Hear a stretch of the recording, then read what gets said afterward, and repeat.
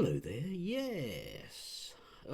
Friday at last. I think I've got one of those kind of low-level colds that's just interfering with my sleep.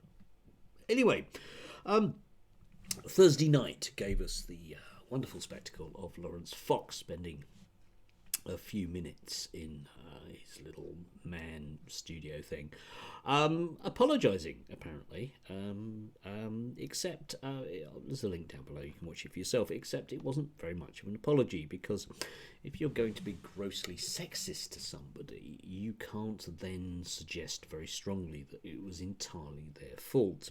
It's not really the way that an apology works. Maybe it does in Lawrence Fox's kind of man-baby world, but there we go. I don't know, there was a kind of almost deep and bitter irony about a lot of the things that he was saying. For example, if you keep being fired, Lawrence, maybe the problem is yours. Maybe there's a pattern here, because the commonality of you being fired is you. So maybe you have the problem, and maybe you should look at you rather than suggesting it's feminists or wokists or trans people or something else, yeah? The drunk who always gets into a fight in the bar on Saturday night does that because they have a problem. It's not the other people in the bar. It is entirely theirs. And, he then, at least in part, complains bitterly about being thrown under a bus. Well, if you're going to, swim with the sharks, you're going to get bitten, aren't you?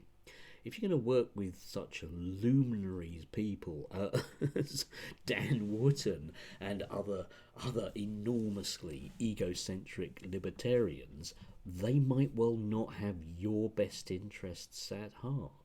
And, just by extension, we've also had Connor Tomlinson, who rather somewhat got bitten by a woman as well, which must be the most deeply demeaning thing he can possibly think of in his life, bearing in mind his attitudes to women. He was thinking he was being very clever by just throwing out questions to Moira from Novara Media, and one of them was he was asking, when has patriarchy never existed? Well, what I would suggest to him is, rather than simply shouting to his particular sort of teenage American audience, he could try reading something, because if you read stuff about the past which actually has a factual basis, you might just discover that the people who are sitting around in their leather armchairs on the Lotus Eaters might not actually be quite as historically literate as what they is pretending to be. Anyway, we will see. This one's going to rumble on, and it'll be most amusing, especially to see there will be a lot of fallout from Dan Wootton going as well. But there is something appealing about these people attacking each other. One is reminded perhaps of analogies about fascists fighting each other on the ice. Anyway, do have a lovely Friday. I need to get some more sleep, I think. Take care.